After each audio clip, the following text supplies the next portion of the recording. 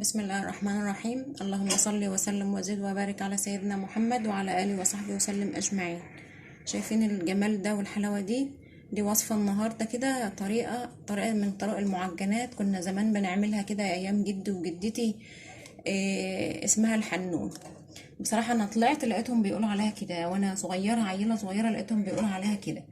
من يومين كده لقيت العيال بيقولي عمتهم كانت موجوده، قالوا لقيتها بتجيب كلمنا عن الحنون، ولقيت العيال بيقولوا اعملها لنا يا ماما كده لما نشوفها الطريقه دي ازاي وهو ايه الحنون. فقلت اعمله لكم كده واشارككم معايا عشان تشوفوا كده تقولوا رايكم فيه ايه. نبدا كده بسم الله ونشوف طريقه الحنون هنعملها ازاي.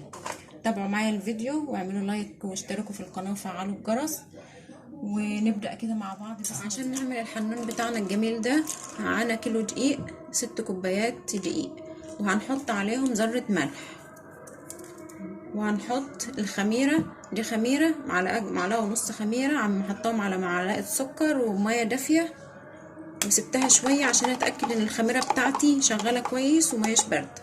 هحطهم كده على الدقيق. بسم الله.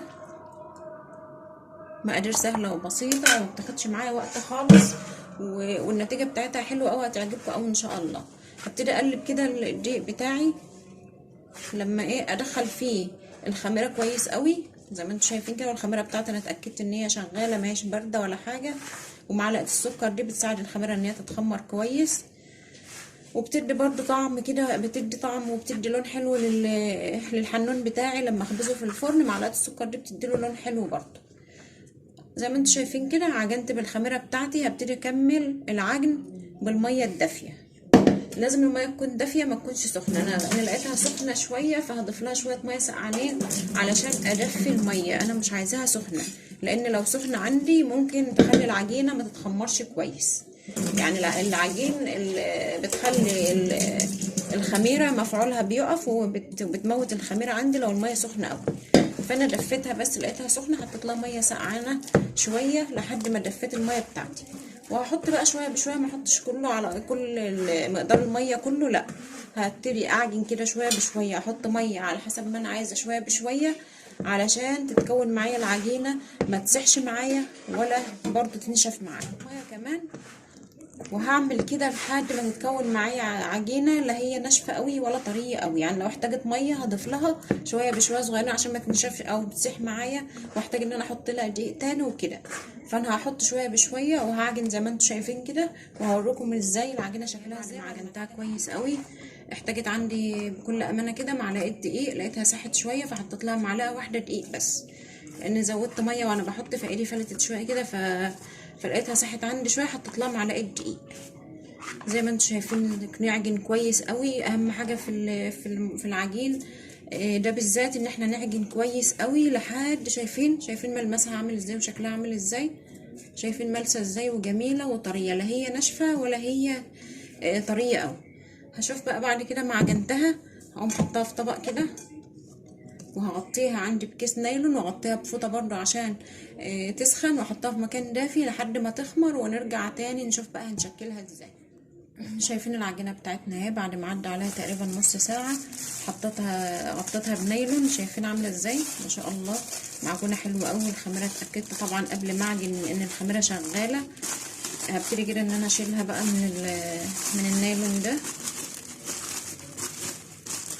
العجينه خمرانه حلوه قوي ومعجونه حلوه قوي، فنطلع معانا نتيجه جميله. والدقيق طبعا نتاكد ان احنا بنجيب دقيق من اللي هو بتاع المعجنات، يكون دقيق ينفع اللي هو دقيق جميع الاغراض. شايفين العجينه بتاعتي جميله ازاي اهي. هقسم العجينه دي على نصين، يعني هعملها على 2. هلمها كده معايا وهعملها اقسمها نصين. هجيب بس كده الصينيه بتاعتي اللي انا هعمل فيها عشان لما اقسمها على نصين احط في الصينيه على طول. هجيب الصينيه بتاعتي، صينيه اهي، والصينيه التانية زيها بالظبط.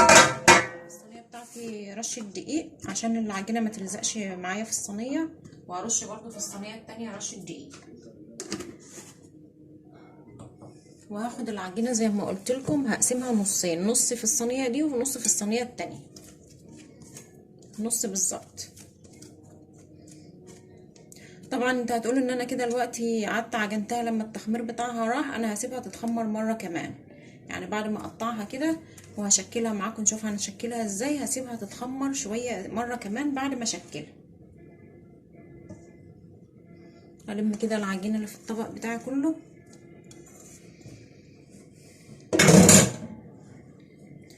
وهبتدي ان انا افرد العجين. هغسل بس ايدي كده من العجين اللي ملزق فيها ده. هبتدي بقى ان انا نضفت ايدي اهو من العجين خالص. هبتدي كده، طبعا لزقه العجين في ايدي دي مش معنى كده ان العجينه لا مش كويسه او سايحه معايا وملزقه، لا، هي بس وانا بقطعها لزقت في ايدي عادي. ده عادي يعني. شايفين العجينه حلوه ازاي وخمرانه حلوه قوي ومخدومه ومعجونه كويس قوي.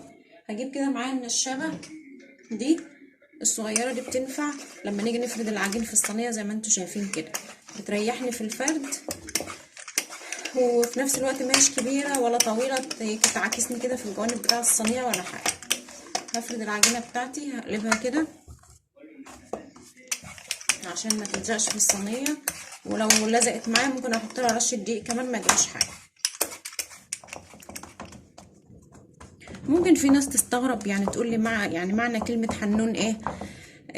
كلمة يعني حنون دي الطريقة اللي انتوا بتشوفوها معايا النهاردة دي كانت زمان. كنا احنا عندنا بيت كده، وكان زمان كده بنعمل يوم للخبيز، وبنعمل العجينة دي بالظبط، بنطلع منها نوع من انواع العيش كده. نقوم لما نخلص عجين في الاخر، يعني جدتي وكده كانت تقول لي احنا هنعمل حنون في نهاية الخبيز. كان بيبقى فعلا تحفة. فمن فترة كده كانت عندي معمة العيال ولقيتها بتقول لي انا نفسي في الحنون ده بتاع زمان. بصراحة قمت كده خدت منها الوصفة، فكرتني بيها. انا بحكي لكم القصة دي كده وانا بفردها عشان تعرفوا يعني كلمة حنون دي يعني ايه، او جت ازاي. قالت لي الطريقة وقمت عملتها وهي قاعدة، وبصراحة عجبت العيال قوي. لان العيال طبعا ما كانوش يعرفوا خالص يعني ايه حنون، ويعني احنا اللي كنا عارفين يعني كان من ايامنا احنا كبار شوية، فكانت دي من ايامنا، من ايام جدتي الله يرحمها وكده. فعملتها عجبتهم قوي، وطلبوها مني ان انا اعملها بقى النهاردة تاني. فقلت اما اعملها معاكم علشان تعرفوا الطريقة ازاي. لو عرفتوا بقى، هي احنا زمان كنا بنقول عليها حنون. مش عارفة بقى بصراحة هي انتوا تعرفوها ولا، يعني يا ريت بقى اللي يعرف، اللي يشوف الوصفة ويعرف الطريقة دي طريقة ايه عنده او اسمها ايه عنده، يكتب لي في التعليقات الطريقة دي طريقة ايه او اسمها ايه عندكم. ولو ما عرفتوهاش جربوها وقولوا رأيكم فيها ايه، هتعجبكم اه والله ان شاء الله. ده عندي سكر مش مطحون ولا حاجة، وما تفرقش يعني سكر ابيض سكر اسمر زي اللي معايا ده، ما يجراش حاجة، ما بيفرقش يعني. هرش كده، هزود شويه لان انتوا شايفين ان العجينه معايا يعني سميكه شويه، ماهيش رقيقه، عشان السكر يبان فيها. زي ما انتوا شايفين كده كميه سكر حلوه كده على العجينه كلها. وشايفين العجينه عندي سمكها ماهوش رقيق قوي، لا السمك العجينه حلو يعني، مش رقيق قوي ولا تخين قوي. بعد ما رشيت العجينه بالسكر كده، ده سمنه على زيت. اللي ما حابب سمنه بلدي، سمنه نباتي، اللي عنده زبده، اي اللي موجود مفيش مشكله خالص. هرش كده على ادهن كويس كده على العجينه بتاعتي وعلى السكر. وهلم بقى العجينه بتاعتي زي ما انتوا شايفين كده بالطريقه دي. ممكن لما تشوفوها كده تقولي وصفة عادية، بس في الاخر بتفرق جامد والله في الطعم لما بتدخل الفرن وبتستوى. شايفين كده، هنرجع نفردها كده خفيف، بس نحاول نثبت العجين كده في النص عشان ما يتفتحش معانا. هنفرد فرد كده خفيف بالراحة عشان ما تتخرمش معايا والسمنة والسكر يطلعوا منها. في الاخر بتبقى ايه مكرمله كده معايا وطعمها جميل والله. يعني هي سهله وبسيطه ومكوناتها موجوده عندنا في البيت، مفيش فيها غلبه كتير. وصفه سهله وحلوه كده هتعجبكم ان شاء الله. هدهن برضو الوش بتاعي كده بالزيت وبالسمنه كده بالشكل ده كده. هدهن كويس قوي كل الجوانب.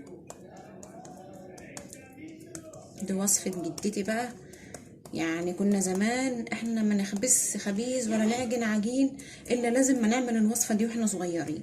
وكنا ناكلها بقى كده قدام الفرن بقى زمان وهي سخنه كده طالعه من الفرن تحفه. يعني السكر ده بيبقى مكرمل فيها كده ومديها طعم حلو قوي ولون جميل.